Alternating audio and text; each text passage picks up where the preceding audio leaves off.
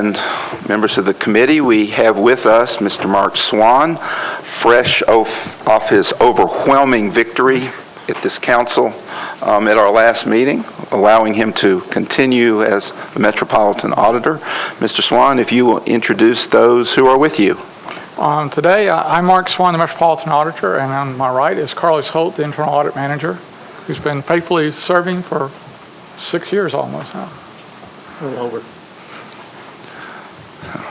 So I guess he enjoys working with you, or else he would have run against you. Is that possible? Well, Mr. Swan, can you operate within the mayor's proposed budget? Yes, we can. With that, the floor is yours for any comments you want to make about the work in the audit department. Okay. Well, thank you, Chairman. The Office of Internal Audit works along with the Audit Committee as an integral part of the governance and system of controls for Metro Nashville. The Audit Committee receives the comprehensive annual financial report, the management letter, and the single audit report from the Metro External Auditors Crossman and Associates. They also approve the internal audit work plan and provide oversight for the Office of Internal Audit. During the past year, we completed 19 internal audit reports and 8 investigation reports.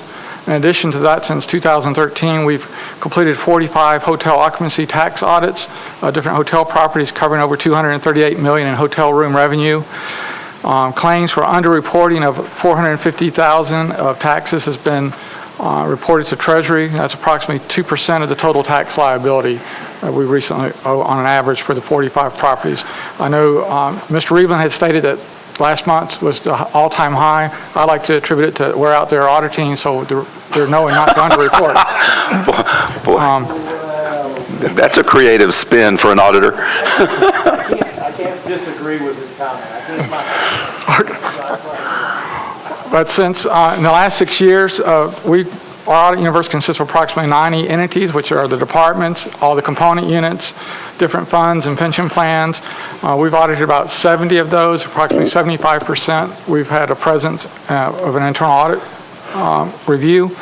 We've also collected 430 financial disclosures from various individuals in metropolitan government as part of the mayor's executive order. We couldn't accomplish any of this without the dedication of the internal audit staff and the assistance and the cooperation of our audit clients. We always have everybody. I actually recently did an audit, and they said, we welcome you to come for community education. It was the first time. They usually have an excuse on why it's not a good time for us to show up, but they were very welcoming and looking forward to having an internal audit. We have a great internal audit staff. They are experienced. They've been with me for a while now. They continue to work on increasing their knowledge and their skills in the metropolitan government and in auditing skills.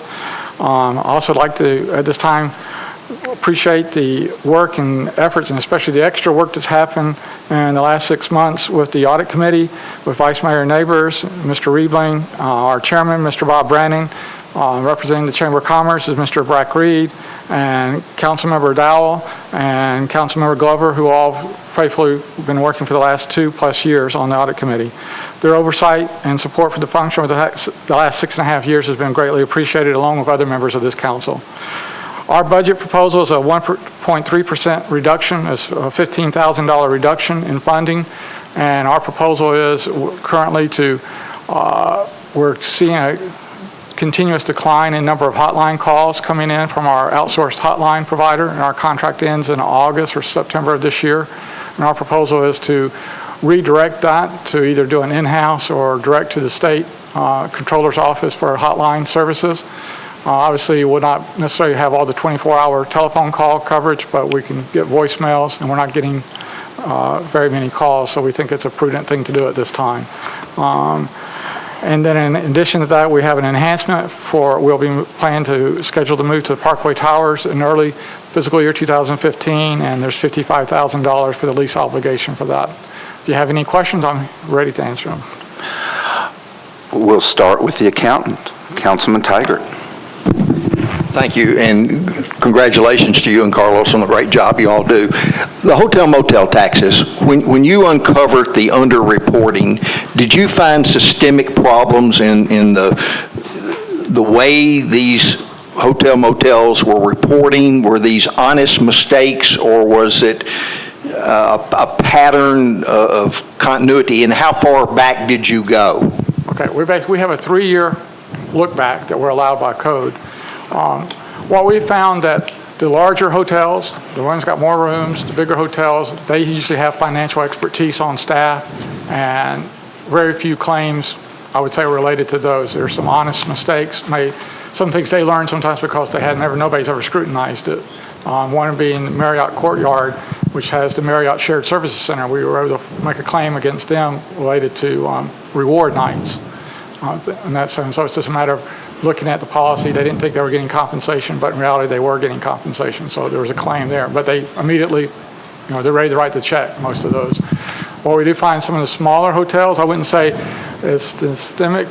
You do have a few that just have made some major mistakes. What we've seen more is a problem with extended stay hotels, which provide a great service that we need to have for people to be able to live at a low cost or whatever their situation is. But they get into the issue of the transient or non-transient, and some of them look at them as being all non-transient hotels, and so they're not collecting the tax, or they're collecting the tax but they're not reporting it. And so those are probably the bigger claims are related to these hotels that you see are weekly and monthly rentals, but because they're still renting some rooms on 2 or 3 days a night, there's still an obligation to pay the tax. So what percentage of hotels, motels did you audit here in town? Well, we completed, how many did we say we completed? There's about, I was going to say, how many is that? That's about 18 to 20% of the properties so far. So based on that figure, would it not be prudent to go look at the other 80% if you produce this amount of revenue for the government? And I understand it may be a manpower issue, so I would ask Rich or Greg to chime in on this, that based on what you uncovered, would it not be feasible that there'd be a considerable amount of other money to uncover? We budgeted by the audit committee approximately about 1,000 of our 10,000 hours, about 10% of our time to doing hotels. We usually end up spending a little bit more than that because there's a little learning curve in the first year. We've allocated another 1,000 hours for this year to do so.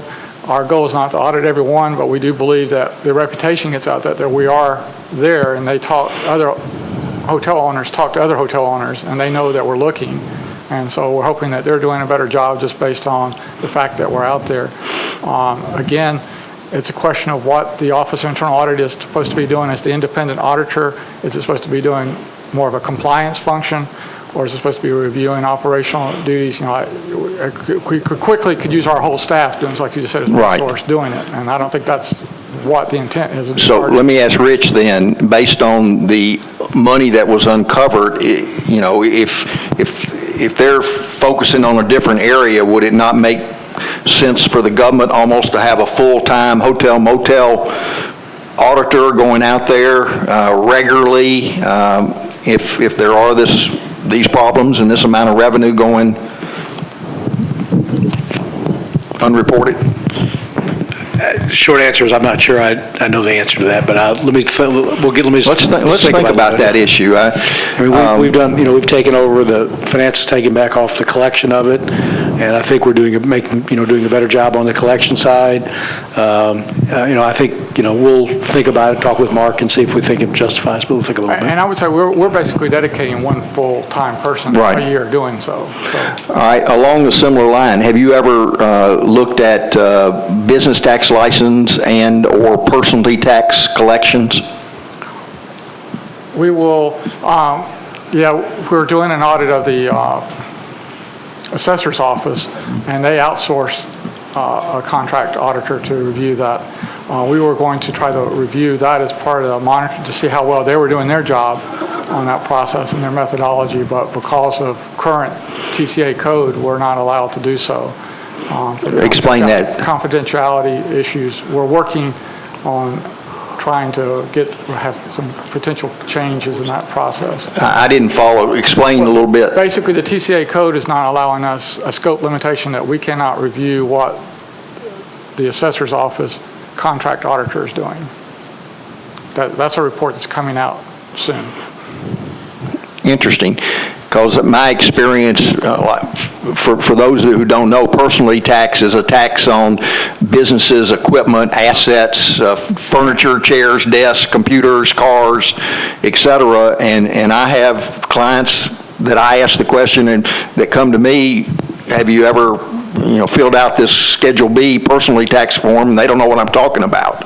Well, I can say is that the Assessor's Office has a contract auditor who's reviewing those on a sample basis, the ones that are turned in. So when will that be reported, Rich? I don't know about when it's reported, but I mean, I think that Mr. Rooker's office has someone that does that on a regular basis, so to make sure there is a high level of confidence and compliance.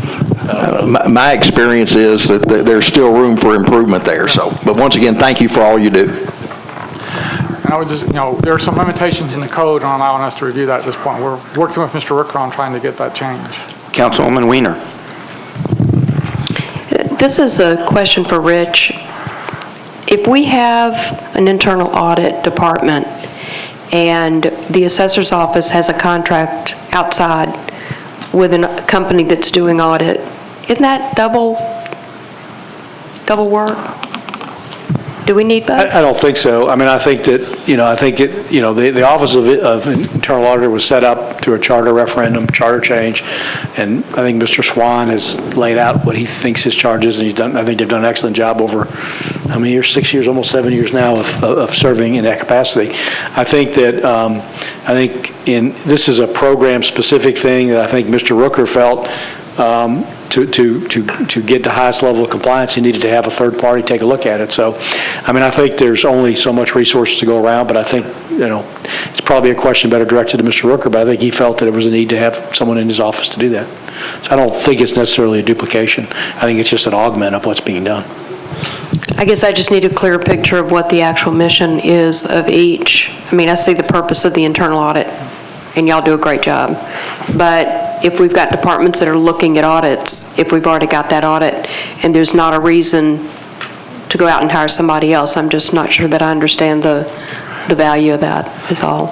Is there not some statutory authority under state law that Mr. Rooker has to, I believe? I think that's probably part of it, and I think as Mr. Swan alluded to, he's wanted to look into that area, but he's run into some state law issues, so I think it's an area sort of outside the scope of what the internal auditor can do. Good answer. Mr. Swan, thank you very much. Thank you Keep up the good work, and we're delighted you're going to continue. Thank you. Ms. Kroom?